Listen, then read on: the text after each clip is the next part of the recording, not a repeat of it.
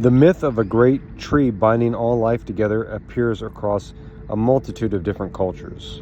It's a symbol of the interconnection of the web of life, but also the interdependence of the cosmic forces of order and chaos that makes our existence a reality. In different traditions, the same metaphor of the tree is used in different ways. In Norse mythology, the great cosmic tree has roots that reach down into hell and branches that spread into heaven, providing a home for the 9 realms of existence described in its mythology. In Hinduism, the sacred tree actually grows upside down, with its roots in divinity and branches extending into the material world. In Buddhism, we see a similar theme connecting divinity with that of a tree, as Buddha would gain enlightenment sitting under the shade of a Bodhi tree. The most relevant myth, however, for this discussion of a great cosmic tree is the discussion of the tree of life and the tree of knowledge represented in the Bible in the book of Genesis. The Kabbalah system that was described in the previous video has roots in the Jewish mystic traditions and thus to the Old Testament and how the tarot connects with the 2 trees in Genesis. So an exploration of this concept and its symbolic significance is necessary before we continue. In the book of Genesis, we are introduced to the creation of humanity. First Adam and then Eve, who are given free rein in the Garden of Eden to dress it and keep it as they see fit. Yet there is a catch. Man is allowed to eat from any tree in the garden, except from the tree of knowledge of good and evil. A serpent then appears and persuades Eve to eat from the tree of knowledge, and then Eve gives this fruit to Adam. God, discovering this betrayal, kicks both out of the Garden of Eden, away from the unification of God, and condemned from then on to earn his food from the sweat of his own brow.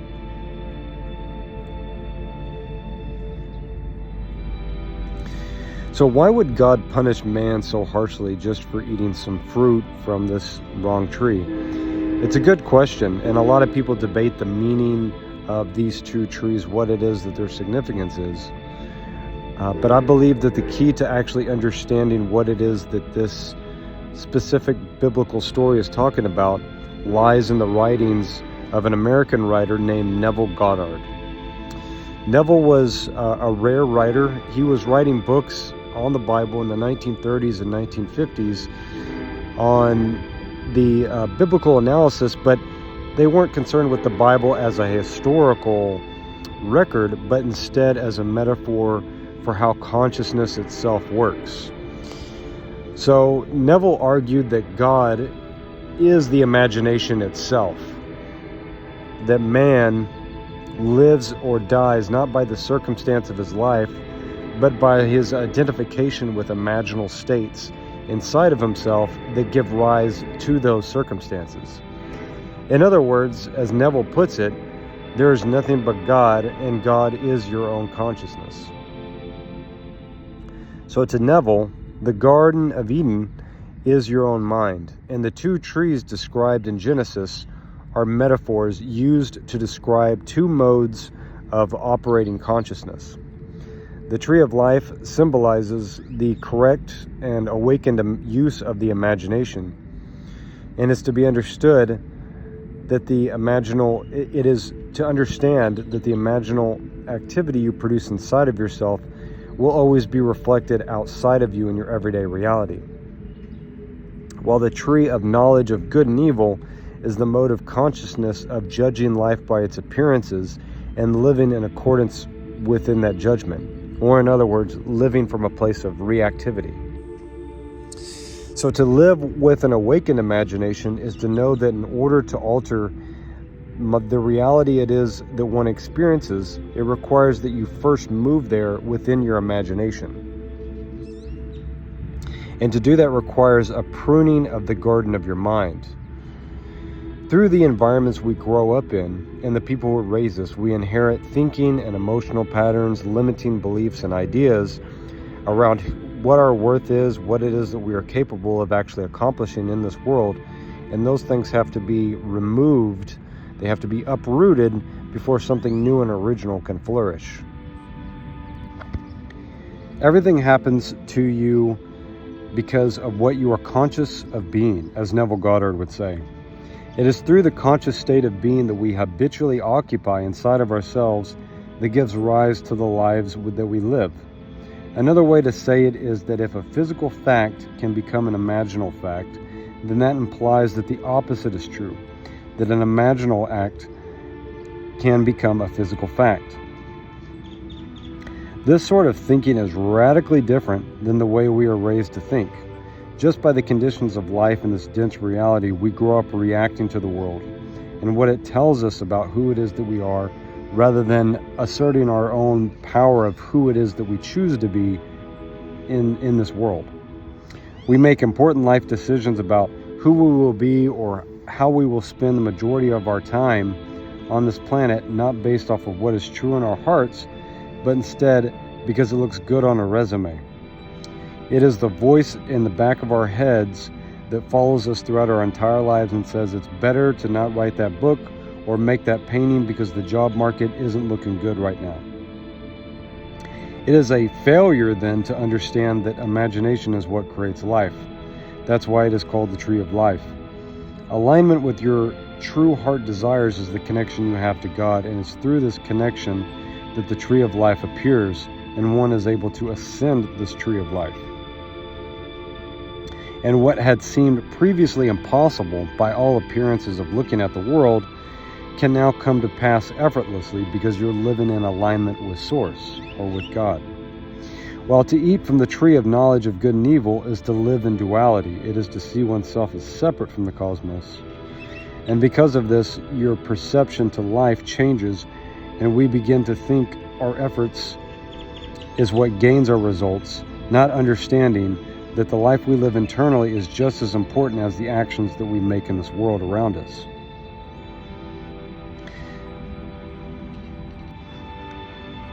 This also gives birth to the fundamental deception of religion, which is that there is something that is outside of us that can save us. There is nothing outside of us that can save us. God is not something that is separate from us. It is not an ideology to belong to, a group to participate in, or a savior who is coming physically into this world to save us. And if you have actual proper understandings of the teachings of Buddha or Christ, or just the symbolism of the tarot, then it will become very clear that we are being taught to save ourselves from this matrix reality. We are not expected to just sit around and wait for somebody to come and save us. And this is one of the tactics that religions use, which is that it basically creates a stand-down tactic. It employs tactics that require you to put your power down. So by living in this duality, which is to be asleep to one's true nature, we accept the snake's offer and eat the fruit that leads to our own death. The predator feeds off of this unconsciousness, and its byproduct is a world of fear, shame, and suffering. The fruit we ingest that becomes our own undoing, while the awakened imagination is what brings about our own becoming. It is only through this gnosis that one becomes aware of the game that is being played and avoids poisoning themselves. The predator consciousness of the snake is very real, and it seeks to actually destroy our human consciousness. And if you want proof of that, all you need to do is look around at the world today. Our world is completely run by psychopaths who do horrendous things behind closed doors to keep pacts amongst themselves. They poison our food, they poison our air, and all of our tax dollars goes to funding wars and genociding people that we never agreed with. And all of this is created and maintained by a perceptual system that has been formed through the alliance of big tech, media, and politics, so as to be able to predict and control the behavior of large masses of people. We are given the impression that we have no choice but to go along with the chaos and lunacy of this world, but in actuality, We are just being manipulated to hand over our power to something external to ourselves, very much the same way that religion does this very thing. The price of this is the sovereignty of our own souls. The path explained in the tarot illustrates this perfectly when we understand that it is a book, not a fortune-telling device.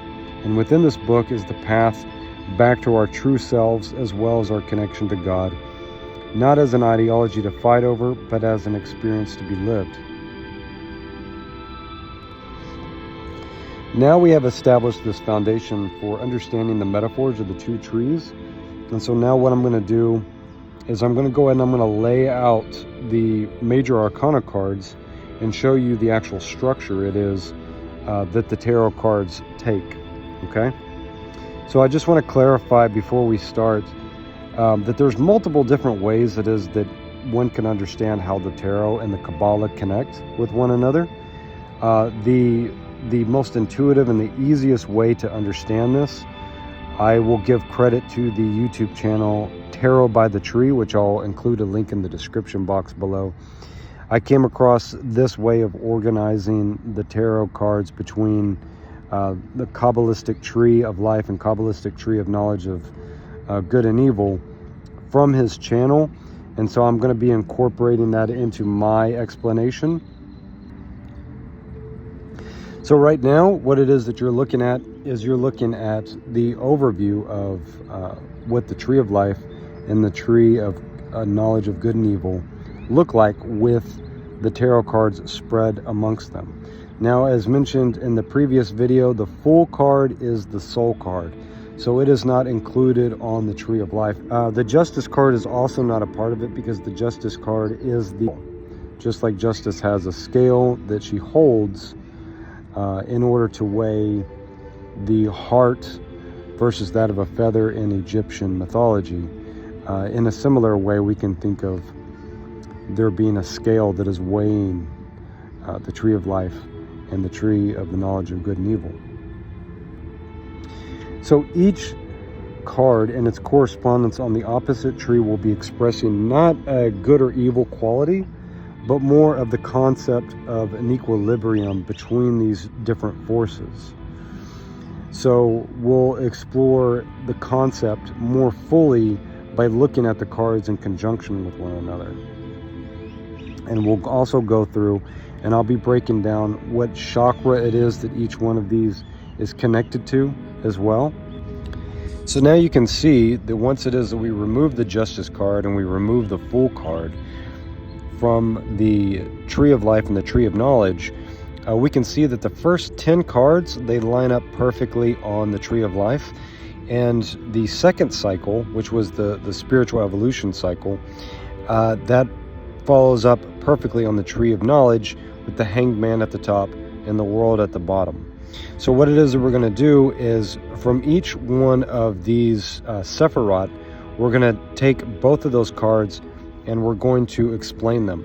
And this is not to compare them to say that they mean opposites, but they mean different degrees of the same force is what it is that you could say. Okay? So now that we've gotten to the cards finally, we're going to be looking at the first sephiroth, which is called Kathir. And this symbolizes, as I mentioned before, it symbolizes the allness, the oneness, the source, God Almighty, Lord, whatever it is that you want to call it. It is the source of everything, of all being. It is ultimate unity with God consciousness. And because of this, we see it represented as two different cards, the Magician and the Hanged Man. The Magician, as you can see, as I had mentioned previously, represents potential. It represents infinite potential, which is why it is that he has an infinity symbol over his head, right? And we can see that he is also making the gesture we had mentioned previously, with one arm pointed up to the heavens and one arm below him pointing downwards, signifying as above, so below, which is something it is that we will see throughout the tarot, right? Which is as within, so without. So it is already we're already getting multiple visual confirmations of the theme of manifestation of reality from our internal state, right? Now, as an equilibrium to this, or as you could say, another aspect of this infinite potential is also represented in the Hanged Man, which is a card of surrender, right? It represents multiple different things, like all the different cards do. They represent, I guess you could say, as synonyms of, or very closely related ideas of surrender. But we can see here that there is a man who's turned upside down, and he's clearly been enlightened, but he doesn't look like he's in a comfortable spot, right? So there is something to this, in the sense that in order to have access to this infinite potential, in order to be a conduit for the divine, there is a surrender that must take place. And this surrender is not something that is what it is that we are sold it as. It doesn't mean that your life is going to be full of peace. It doesn't mean that life is going to be easy for you. Oftentimes what it is that it means is going to be very uncomfortable for you. And if you look at history, the people who have offered themselves up as conduits for divine guidance have often had very difficult lives, right? So this is symbolizing the crown chakra, and it is symbolized by the element of fire. Now we're going to go down, and as I'd mentioned previously, it goes in a kind of a zigzag format. So the next one is, the next sephiroth is Chokmah, which represents understanding, and this is represented by the High Priestess and Death. Now this is an interesting combination. It may not be a combination it is that you would think is intuitive, but the High Priestess is representing creative incubation, something beginning to take form, as we had represented before, and the old self dying. So this is representing a process. It's understanding as a process. It's a process of letting go of things that we thought we knew or thought we understood before, and it's allowing something else to begin to incubate, right? And this is representing the third eye chakra, and is also represented by the element of fire. So the next we have after Chokmah is Binah, and Binah is very similar in the same way as Chokmah, because it is representing the third eye chakra. So when we think about the third eye, we think about the mental space, right?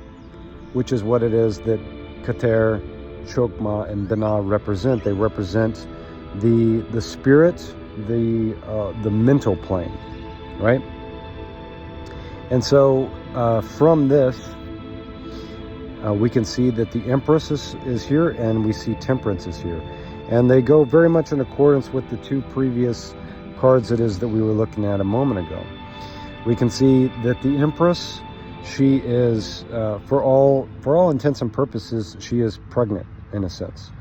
We can, if you look really closely at the card, it seems that she has a little bit of a baby bump. In the Temperance card, we can see that there is an angel here that is mixing water between two chalices in order to create something new. So all four of these cards it is that we're covering for the third eye chakra have to do with a mental growth and wisdom and understanding. It's this kind of continual process of patience it is that we have to exercise as we go through deaths of the old self as something new is forming. On the next sephiroth, we go down one chakra and we go down to the throat chakra. So the throat chakra has a lot to do with authority. It has to do with expressing yourself. It has to do with creativity, which the next three sephiroth of Chesed, Geburah, and Tefereth, these three are all representing the water element. And water represents emotions. It represents creative expression. Okay? So chesed often represents mercy. So on the one end, you could say, from the tree of life, we have the emperor, which represents stability. But anybody who has complete unchecked power will always become totalitarian. They will become the devil. They will become abusive with that power. And again, like I mentioned before, if you just consider the world it is that we live in, this is a pretty clear indication of that, right? The next one it is that we have, I believe it's pronounced Geburah, not Gerurah.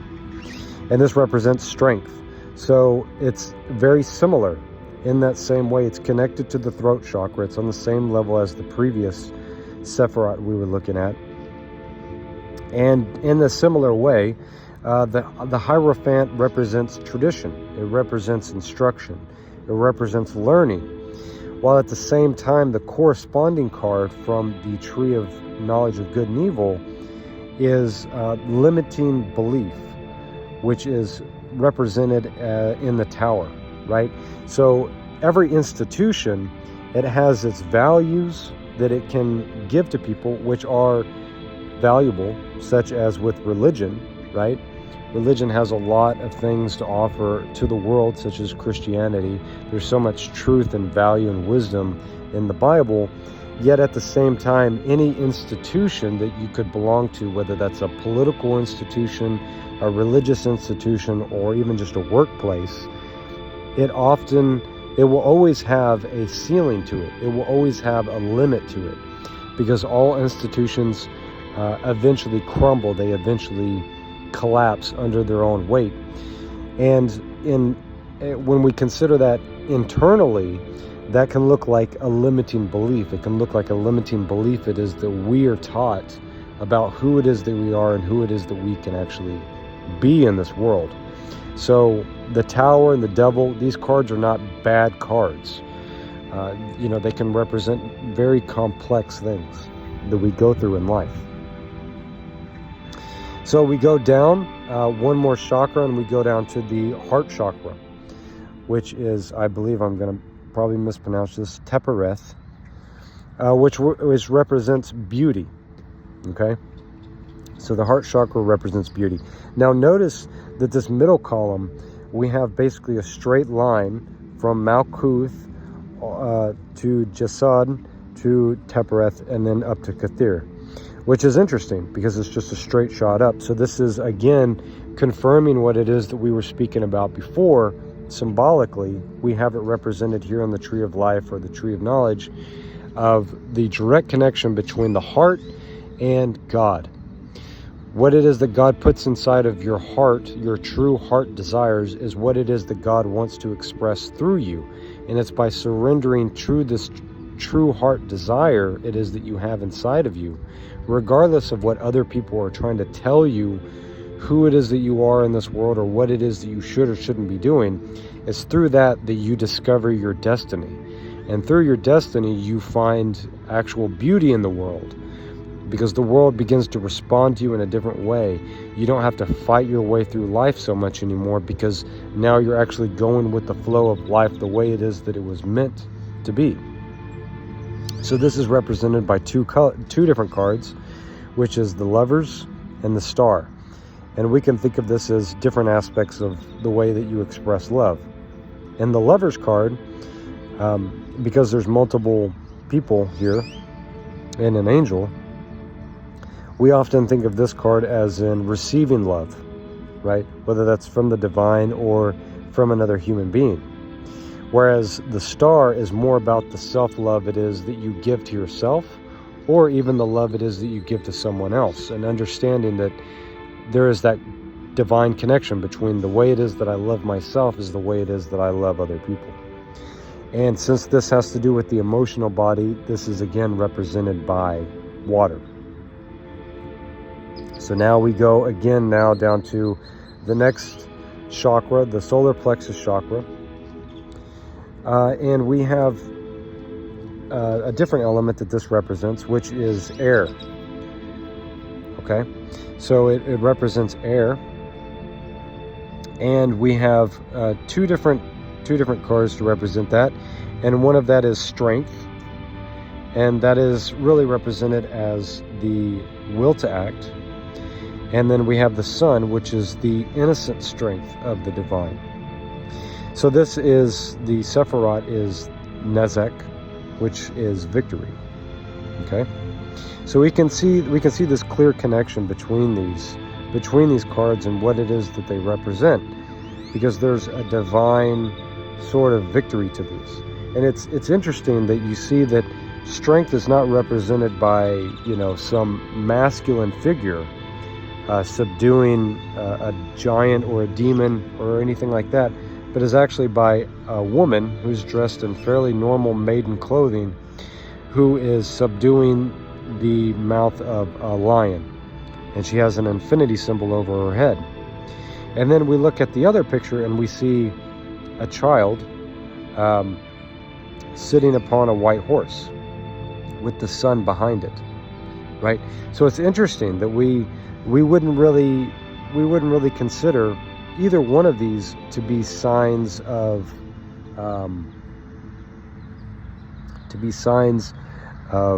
victory, right? The way it is that we would think about victory.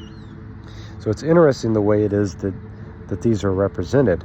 And when we look at Hod, we'll be able to understand how this relates more closely to the solar plexus chakra. So Hod is splendor, right? And this is represented as the chariot and the moon.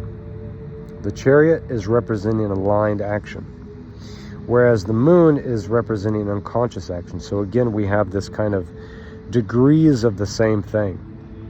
And it's, of course, represented by the air sign, which air is representing the thinking. It's representing the mental space, right? So this mental space that is being represented here, it all has to do with your sense of identity. It all has to do with your sense of self. And what part of yourself are you acting out from? Are you acting out from an aligned understanding of yourself, or are you acting out from unconscious programming that has been put into you by society? The next we go down to is Jasod, which is foundation. And this is a really interesting one because it's represented by air. So this is mental activity. But it's represented by two different cards that at first appearance couldn't be further away from one another. And they both represent the sacral chakra. So with the hermit, we see that the hermit is guided by the whisper of divinity. He's guided by the divine inner calling. You know, it starts out as this very faint whisper. It is that somebody hears that calls them forward. Whereas judgment, we see an angel calling with a trumpet.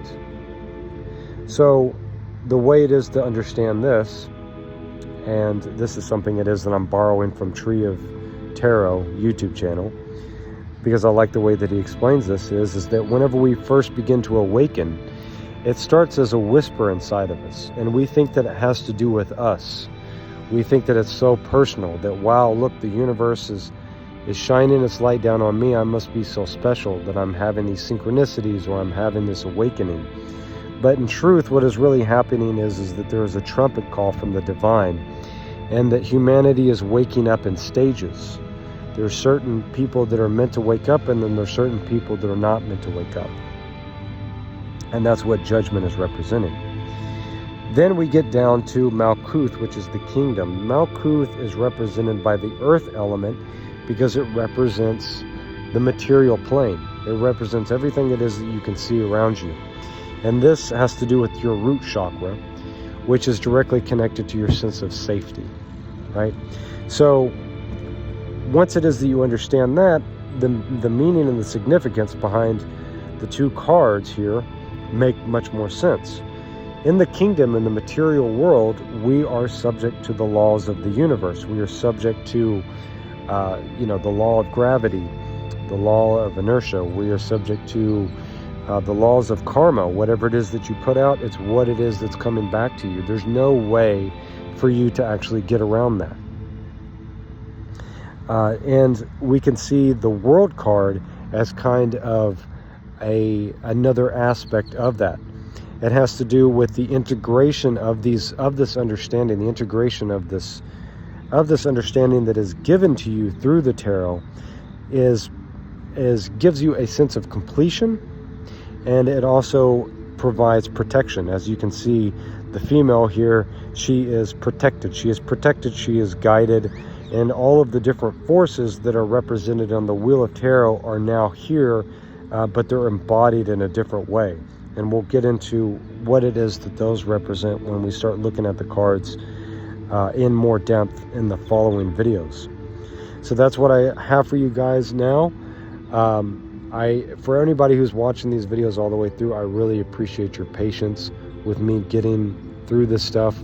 It's taken a little bit longer than expected. Last week I wasn't able to get a video out sooner than I thought I was going to. However, now we've gotten through a huge chunk of some of the stuff that was requiring me to do a lot of pre-planning. So the next we're going to be going into is the Fool's Journey. We're going to be looking at the Fool's Journey, and then we'll be looking at the cards in pairs and digging more deeply into the symbolism of each of these individual cards, and then we'll be getting into the minor suits, and then we will be tying everything together. So thank you so much. Make sure to give this a like and a sub. If you enjoyed it, leave me a comment. Tell me what you thought. And if you're interested in seeing more of this, let me know, because I really want to know what people think about this stuff. And if you would like to check out any of my tarot-inspired art, you can check out the links in the description box below to get my social media and everything else down there. Thanks, guys, and take care.